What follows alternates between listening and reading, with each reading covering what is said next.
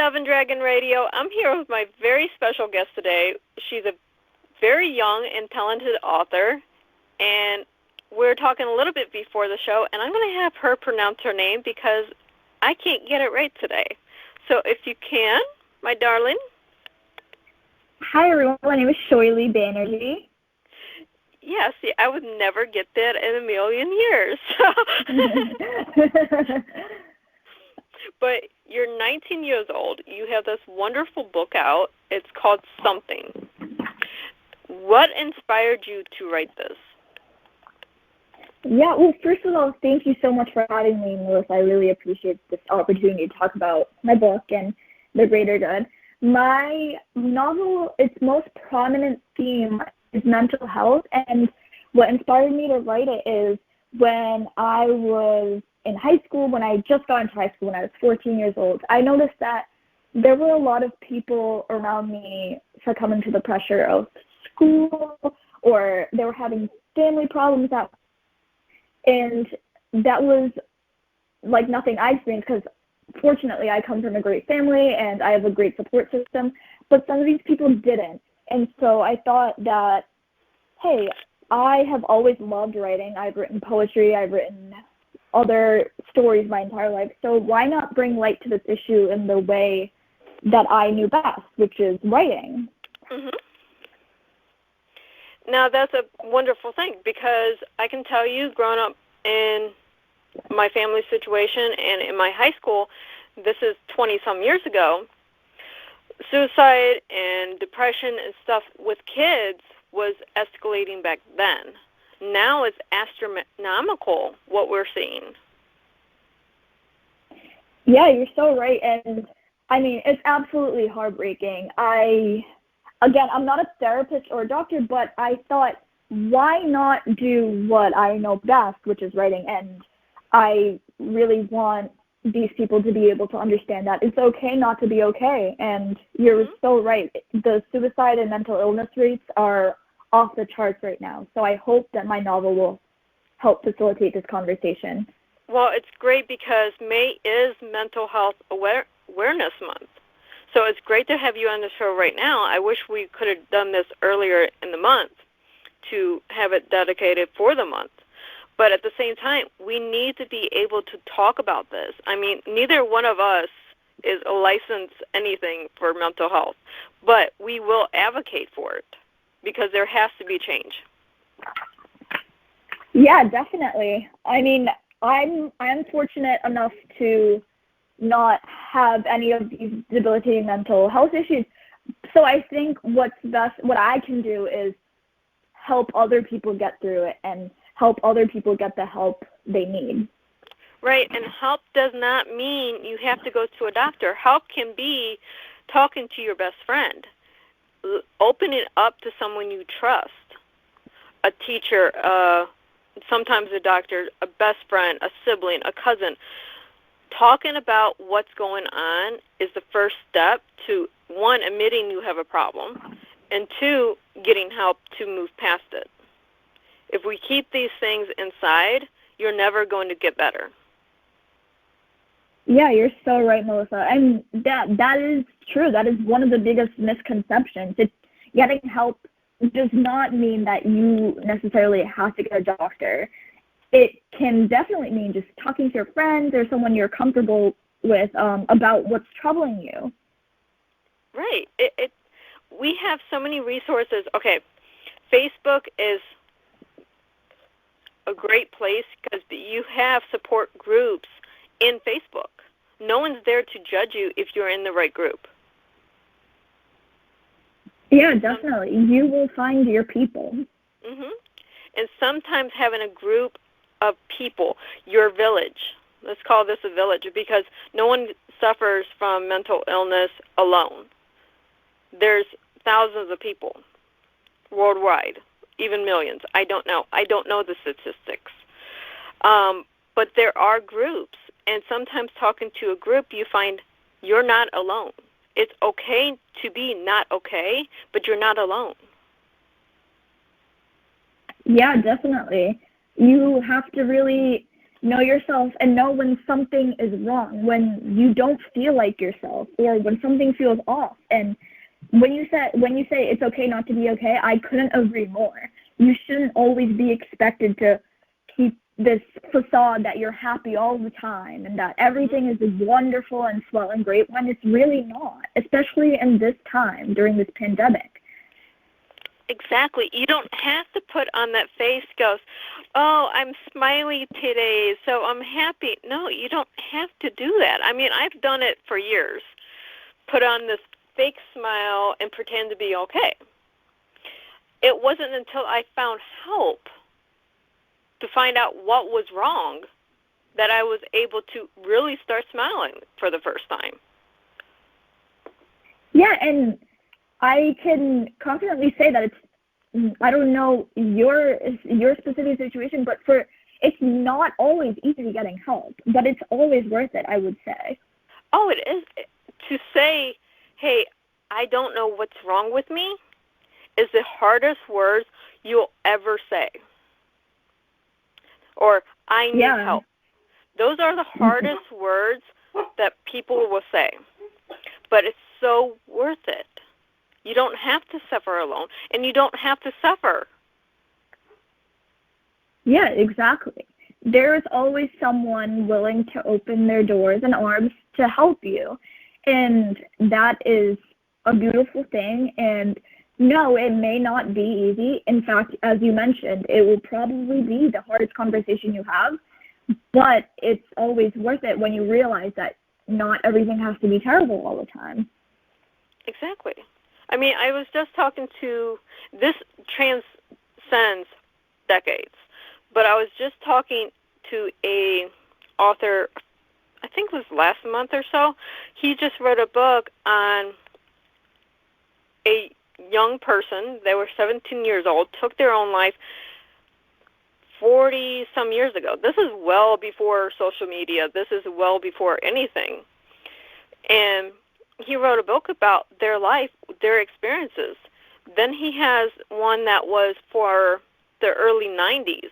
Anyone that grew up in the 90s when social media was in its infancy, there was a group back then of kids getting together talking about the bad things in their life. One, unfortunately, took his own life, but the other three that became really good friends were able to move past it because they got help from each other. Wow, well, that is an incredible story. First of all, it's really tragic that one of the members did end up taking his own life, but I am glad and relieved that the others were able to find support within themselves, within their own group. Yes.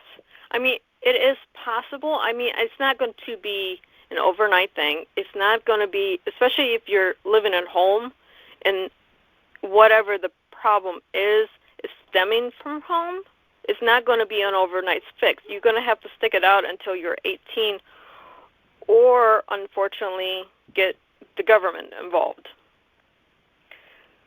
And that could be several different agencies. But there is hope. Yeah, definitely. And when you say that it can take a long time, I definitely agree. There have been people that have been in therapy their whole life and that have been on medications for their whole life, and that is fine. That is okay. There is nothing wrong with that. So for some people, it might mean just managing the illness and not making it completely go away, but that is also okay, whatever you need to do to make yourself feel better. Exactly. It's not going to be, there's no right or wrong how to get help. There's no right or wrong of how to feel better. It's based on you, the individual. Yeah, definitely. And that's why it's really important to have a lot of options available, which is always great and reassuring. If one thing doesn't work for you, there are tons of other options. Exactly. There is, as an example, if you don't want to see a therapist, Life coaches help tremendously if you get the right one. They're not a licensed mental health professional, but they're great to help you work through different problems. Yeah, again, like that is great problem solving. A life coach can also help. And yeah, money is a huge factor in being able to afford these people, but that's where there are other options as well, as talking to a friend, or people can get you with therapists that see for free, like pro bono kind of therapists and life coaches, and I think that's really worth it and great. There is also the free option with YouTube being readily available. There's so many motivational speakers on YouTube that have podcasts out. It's not going to be one-on-one. It's not tailored to you, the individual. But if you can listen to some of their messages, then you might get the inspiration to take the next step to talk to a friend, a colleague, whoever you feel comfortable with. For sure, and there are hundreds of brilliant TED Talks out there and online life coaches and YouTube channels that can help you through this. So while we're on the subject, you have this book. Exactly what is this following? It's following, my main character's name is Aleeya Rai, and she is an Indian Hindu who wants to be a singer, a famous singer when she's older, and she thinks she has what it takes. She is just in high school, and she thinks life is so easy, and she has everything and more, but she soon realizes that life isn't as straightforward as she wants it to be, and the story follows her and her experiences through happiness, sadness, and everything in between. So it's a coming-of-age young adult novel. Okay. So is there going to be a sequel to this? I don't believe there will be a sequel, but, I mean, I'm only 19. I cannot say anything yet. Okay, let's change subjects. Are you working on anything else right now? I am not currently working on anything, but that is open to question because I'm reading some great literature, and that's always inspiring. And I'm just jotting down random things on paper, and I'll see where it takes me. I've been getting into poetry recently. Mm-hmm. I have been writing random blurbs of thoughts and whatnot, and so yeah, I'm going to see where that takes me. Awesome. So where can our listeners find you? They can find my novel on Amazon if they just type in Shoille Banerjee, my first name and last, and they can also find it on Barnes & Noble, and on Amazon, it's currently sold out, but they can still order it, and it'll just ship when it's available. And they can find me on Instagram at Shoille, my first name, _. And my Facebook is facebook.com/ShoilleB. Awesome. See, you're everywhere, which is great that we have authors that have multiple platforms, so we can find you anywhere. Why? Because authors like to be accessible to readers. Yeah, definitely. I try my best to keep active on all of these social media platforms and whatnot. So. I'm an author myself as well as a publisher. Trust me, being active on 6 different platforms at one time can be tedious, but it's also worth it to be able to connect with your readers. Yeah, I mean, speaking from your own experience, yeah, you definitely know what all of this is like and what the whole process is. And so, yeah, thank you for promoting my book and my platform. Well, that's what we're here for. Authors, okay, here's the author community. Authors help authors. most authors suffer from some type of mental illness or has been exposed to it.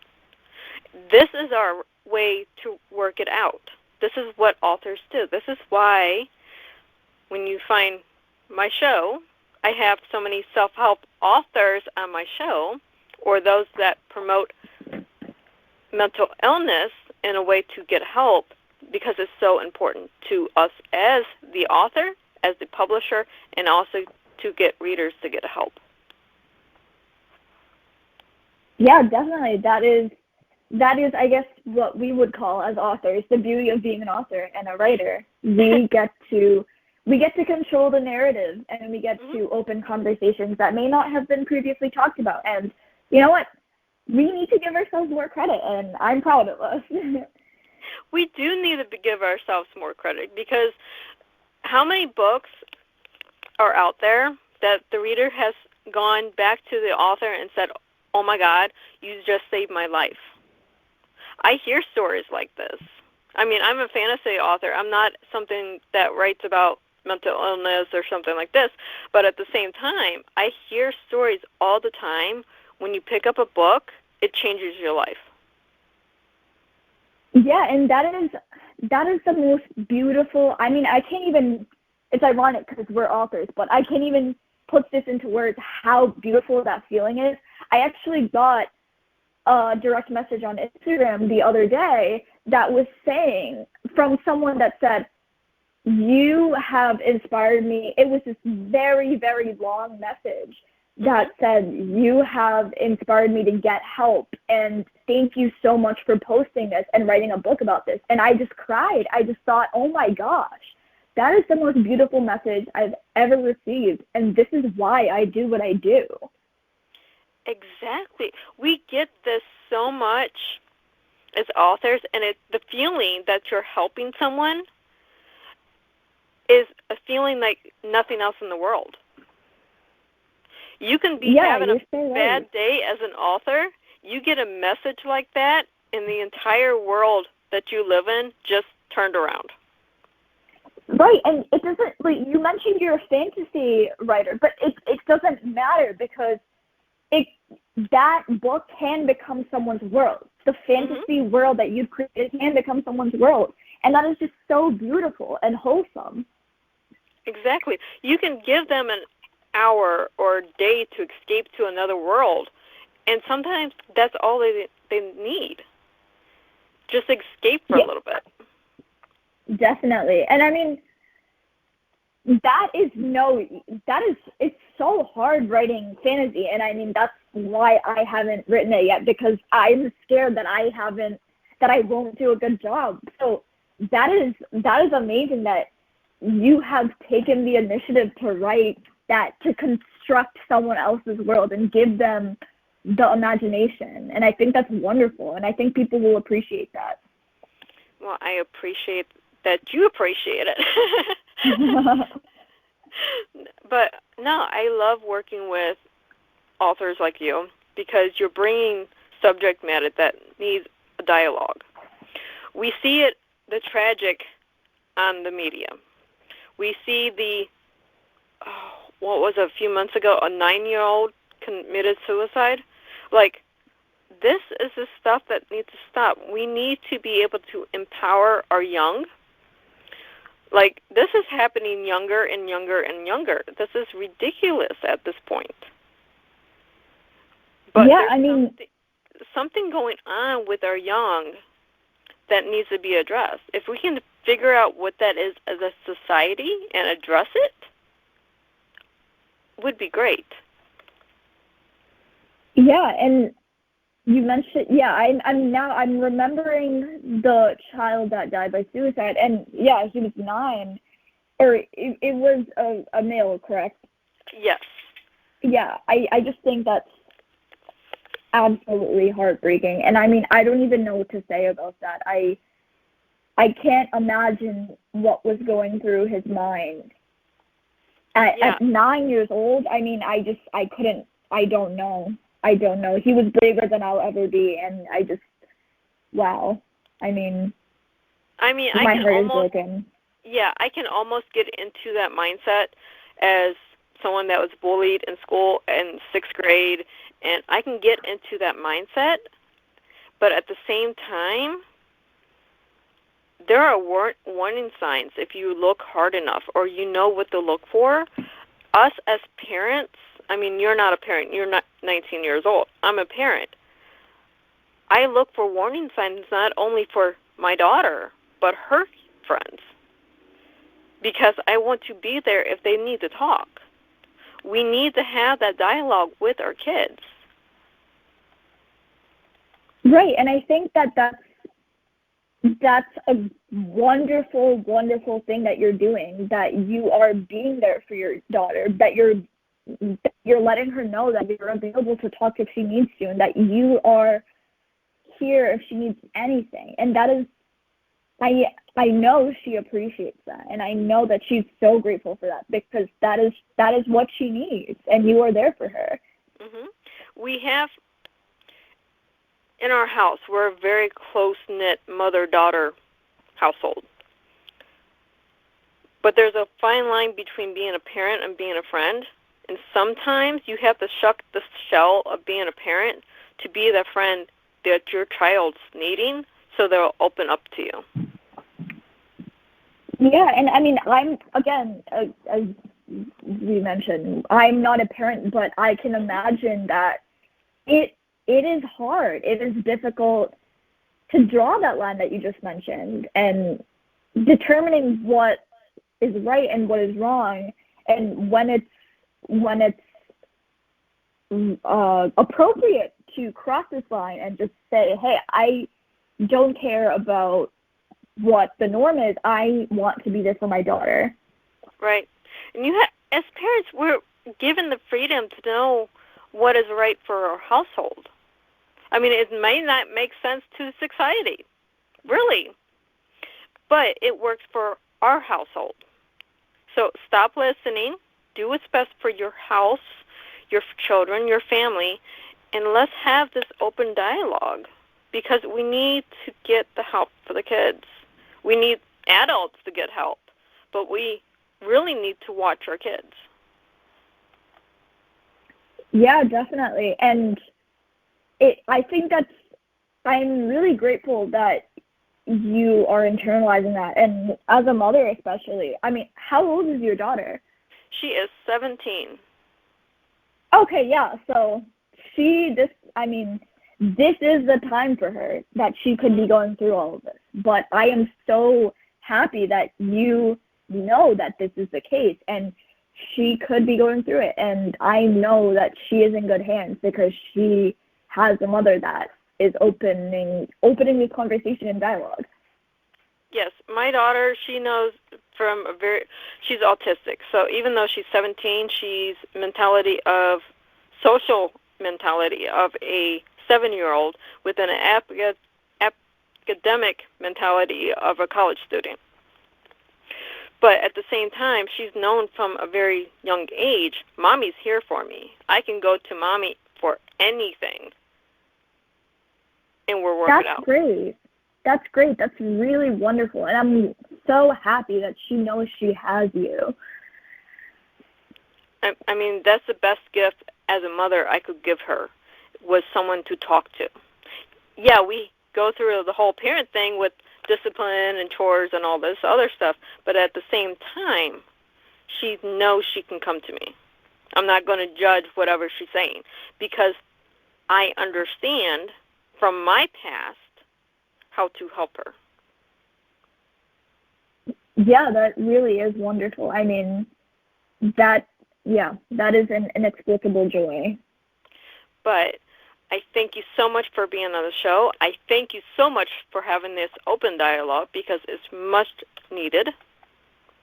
Thank you so much for having me, Melissa. I mean, I seriously appreciate this opportunity, and we're talking about what's important. I mean, you're already a published author, and I think that this is something that both of us can help initiate this conversation, and I think that's really wonderful.